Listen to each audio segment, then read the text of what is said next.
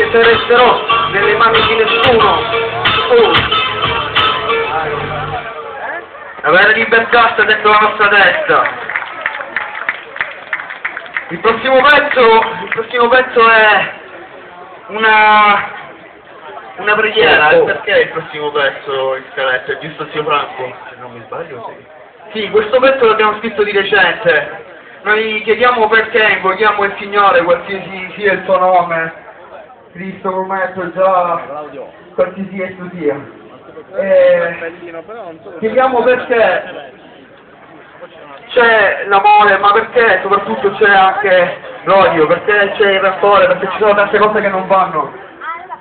E ovviamente lui non può darci una risposta, perché dipende da noi, solamente da noi. Questo dovesse essere impresso nella scaletta, casomai ascoltando capirete il testo, perché non ce la ricordiamo tutta bene a memoria. Va bene. Se puoi alzare un pochettino il microfono, questo proprio ti ringrazio.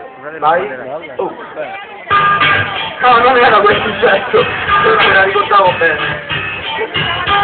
Ok, ascoltate e capirete. Vai.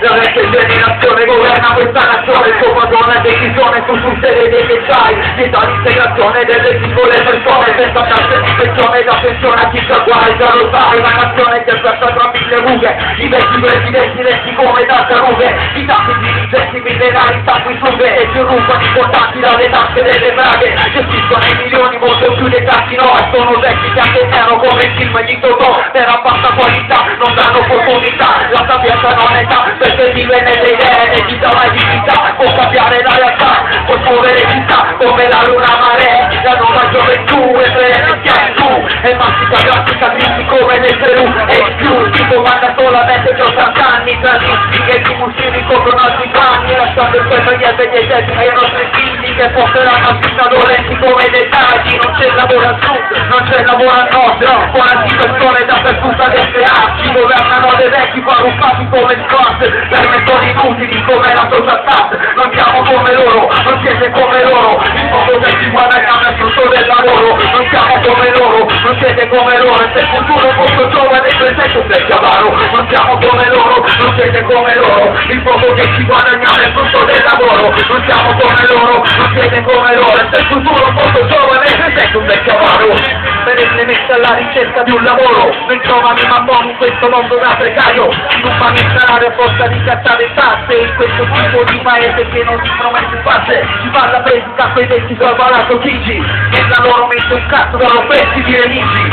tirandoselo un posto per aver creato la repubblica, ma metta tutto di sotto il Stato, perché da un tavolo decidono il destino, da giovane studente alla sorte di quel clandestino, mentre da tanta volte protestiamo come risultati per il corpo con i manganello in mano, ma nel secondo per aver rullato titoli agli onorevoli che di continua hanno rubato, hanno intestato le mazzette, fatto la gente a fette, con dei discorsi inutili che invece a tante piace, ma dimmi quando le cose cambieranno, dimmi quanto noi faremo per assumere il comando contro la carestia della democrazia, avanti popolo, contro questa tirannia, non siamo come loro, non siete come loro, il poco che ci guadagniamo è frutto del lavoro, non siamo come loro, non siete come loro, e se il futuro è molto giovane il presente un vecchio avaro, non siamo come loro, non siete come loro, il poco che ci guadagniamo è frutto del lavoro, non siamo come loro, non siete come loro, e se il futuro è molto giovane il presente un vecchio avaro.